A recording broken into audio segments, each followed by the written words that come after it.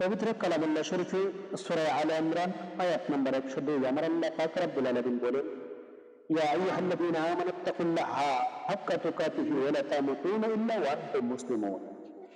ইয়া আইয়ুহাল্লাযীনা আমানুত্তাকুল্লাহা হাক্কা তুকাতিহি ওয়া লা তামুতুনা ইল্লা ওয়া আনতুম মুসলিমুন।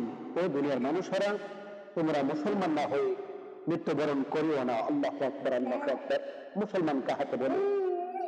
আমরা আবু দাউদ শরীফে 5193 নম্বর হাদিস, ইমামুল আম্বিয়া রাসূল পাক সাল্লাল্লাহু তাআলা আলাইহি ওয়াসাল্লামের প্রসিদ্ধ সাহাবী হযরত আবু হুরায়রা রাদিয়াল্লাহু তাআলা আনহু থেকে বর্ণিত, তিনি বলেন, রাসূল পাক সাল্লাল্লাহু তাআলা আলাইহি ওয়াসাল্লাম বলেন, সেই সত্তার কসম, তোমরা কখনো জান্নাতে যাইতে পারবে না যতক্ষণ না পর্যন্ত তোমরা মুমিন না হও।